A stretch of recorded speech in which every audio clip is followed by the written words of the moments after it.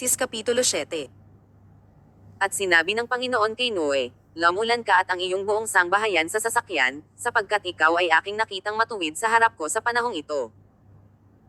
Sa bawat malinis na hayop ay kukuha ka ng tigpipito, ng lalaki at ng kanyang babae, at sa mga hayop na hindi malinis ay dalawa, ng lalaki at ng kanyang babae.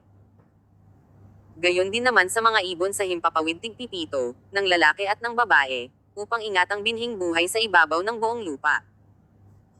Sapagkat 7 araw pa, at paulanan ko na ang ibabaw ng lupa ng 4 na pang araw at 4 na pang gabi, at aking lilipulin ang lahat ng may buhay na aking nilikha sa balat ng lupa."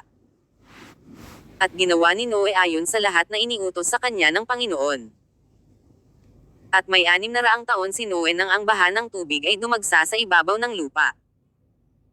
At lamulan sa sasakyan si Noe at ang kanyang mga anak, at ang kanyang asawa, at ang mga asawa ng kanyang mga anak, dahil sa tubig ng baha. Sa mga hayop na malinis, at sa mga hayop na hindi malinis, at sa mga ibon at sa bawat umuusad sa ibabaw ng lupa. Ay 22 dumating kay Noe sa sasakyan, na lalaki at babae ayon sa iniutos ng Diyos kay Noe. At nangyari na pagkaraan ng 7 araw, na ang tubig ng baha ay umapaw sa ibabaw ng lupa. Sa ika-600 taon ng buhay ni Noe, ng ikalawang buwan, sa ika-17 araw ng buwan, ng araw ding yaon, ay nangasira ang lahat ng bukal ng lubhang kalaliman, at ang mga durungawan ng langit ay nabuksan. At umulan sa ibabaw ng lupa ng 4 na pang araw at 4 na pang gabi.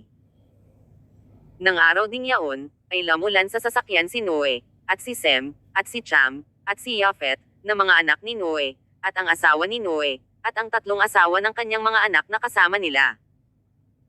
Sila, at ang bawat hayop gubat ayon sa kani-kanilang uri, at lahat ng hayop na maamo ayon sa kani-kanilang uri, at bawat umuusad sa ibabaw ng lupa ayon sa kani-kanilang uri, at bawat ibon ayon sa kani-kanilang uri, lahat ng sari-saring ibon. At nagsidating kay Noe sa sasakyan na 2-2, ang lahat ng hayop na may hinga ng buhay. At ang mga nagsilulan, ay lamyulang lalaki at babae, ng lahat na laman, gaya ng iniutos sa kanya ng Diyos, at kinulong siya ng Panginoon. At tumagal ang baha ng 4 na pang araw sa ibabaw ng lupa, at lumaki ang tubig at lumutang ang sasakyan, at nataas sa ibabaw ng lupa. At dumagsa ang tubig at aking mainam sa ibabaw ng lupa, at lumutang ang sasakyan sa ibabaw ng tubig. At dumagsang lubha ang tubig sa ibabaw ng lupa, at inapawan ang lahat na mataas na bundok na nasa silong ng buong langit. 15 siko ang lalim na idinagsa ng tubig, at inapawan ang mga bundok. At namatay ang lahat ng lamang gumagalaw sa ibabaw ng lupa, ang mga ibon at gayon din ang hayop, at ang hayop gubat, at ang bawat nagsisiusad na umuusad sa ibabaw ng lupa, at ang bawat tao.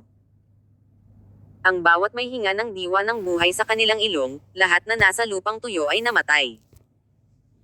At nilipol ang bawat may buhay na nasa ibabaw ng lupa, ang tao at gayon din ang hayop, at ang mga umuusad at ang mga ibon sa himpapawid, at sila'y nalipol sa lupa, at ang natira lamang, ay si Noe at ang mga kasama niya sa sasakyan. At tumagal ang tubig sa ibabaw ng lupa, ng 105 pang araw.